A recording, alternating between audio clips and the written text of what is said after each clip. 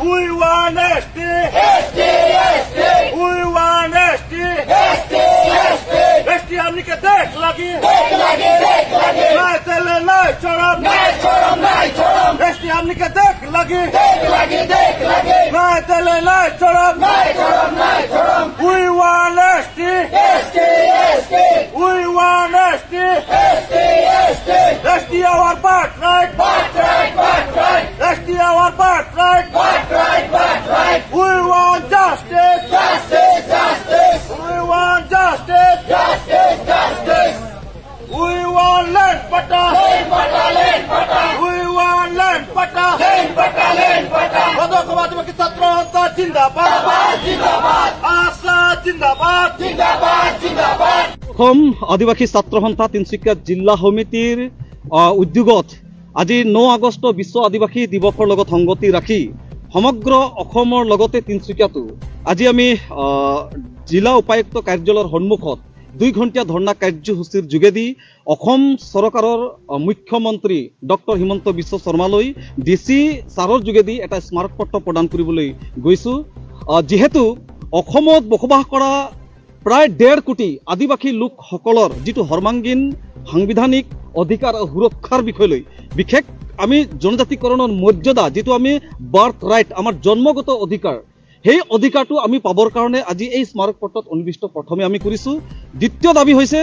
মাটিৰ অধিকাৰ ভূমিৰ পট্টাৰ অধিকাৰ আপোনালোকে জানে ভূমি according to 1886 chapter 10 ৰ মতে আমি ভূমিৰ অধিকাৰ পোৱাটো আমি যোগ্য সমগ্ৰ ভাৰতত আদিবাসী লোকসকলে ভূমিৰ অধিকাৰটো পাইছে কিন্তু অসমত আজি যুগ বসবাস কৰি আজি বিশেষকৈ চাহ বাগিচা এলেকাত সিলিং সাৰপ্লাস গেজেং ল্যান্ড অতিৰিক্ত পতিত ভূমি যিসকল ভূমি আছে যিবিলাক ভূমি আছে এই ভূমিবিলাক যিবিলাক ৰিটায়াৰ হৈ যোৱা শ্ৰমিকসকলে প্ৰথমে প্ৰিফাৰেন্স পাব লাগিছিল যিসকলে তাত পাৰ্মানেন্ট ওয়াৰ্কাৰ্ছ সকলে তাত বসবাস কৰি আছে যুগ ধৰি এওঁলোকে মাটিৰ অধিকাৰটো পাব লাগিছিল যিবিলাক লেবাৰ কোৱাৰ্টাৰ সেই কোৱাৰ্টাৰৰ ভূমিৰ অধিকাৰটো পাব লাগিছিল হেইটো নিদি পেলাই আজি কি কৰিছে বণিক গোষ্ঠী লোকসকলক এই বৰ্তমান হাকনিৰ্দিষ্ট বিজেপি চৰকাৰখনে বাগিচা উচ্ছেদ কৰি বাগিচাৰ ভূমিবিলাক অন্য বণিক জনগোষ্ঠীসকলক দি আছে স্পষ্ট কথা অনাগত দিনবোৰত অসমত বসবাস কৰা প্ৰায় 1.5 কোটি আদিবাসীসকলক যদি বাগিচা এলেকাৰ যিবিলাক আদিবাসী লোকসকল শ্ৰমিক লোকসকলক ভূমিৰ অধিকাৰ যদি নিদিয়ে কেৱল নিউজত আৰু সোশ্যাল মিডিয়াত কলে নহব মাটিৰ চাৰিসীমা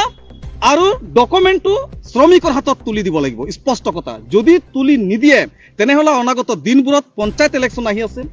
এমএলএ ইলেকশন আহিছে এই ইলেকশনত কিন্তু স্পষ্ট কথা হদৌ অসম আদিবাসী ছাত্ৰ সন্থা সমগ্ৰ অসমত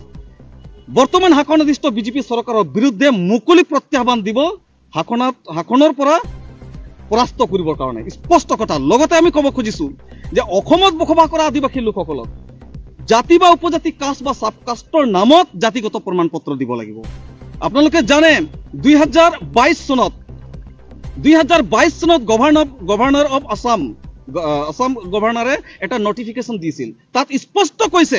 যে ট্ৰাইব বা সাব ট্ৰাইবৰ নামতে জাতিগত প্ৰমাণ পত্ৰ দিব লাগে বাট অসম চৰকাৰে কি কৰিছে বাগিচা এলেকাত বসবাস কৰা যিবিলাক আদিবাসী লোকসকল আছে এওঁলোকক টি ট্ৰাইব অৰ এক্স টি ট্ৰাইব বুলি দিছে আৰু যিসকল গাঁৱত আছে এওঁলোকক এক্স টি ট্ৰাইব বা প্ৰাক্তন চাহ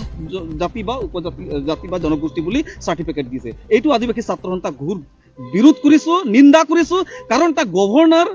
অসম চৰকাৰৰ গভৰ্ণৰে দিয়া যেটো নটিফিকেশন তাকো অসম চৰকাৰে কেনেকৈ এইটো মানে অবহেলিত কৰিছে এইটো কিন্তু ৰহস্যজনক আৰু এইটো বৰ আচৰিতজনক স্পষ্ট কথা এই তিনটা যদি দাবী পূৰণ নহয় অনাগত দিনবোৰত বিজেপি চৰকাৰৰ বিৰুদ্ধে কিন্তু মুকলি প্ৰত্যাহ্বান জনাইছো যিকোনো পৰ্যায় হলো মুকলি প্ৰত্যাহ্বান দিছো বিজেপি চৰকাৰক আমি হৰুৱাবলৈ বাজি চুত কৰিবলৈ কিন্তু ওলাই আহিবলৈ আমি বাধ্য হ'ম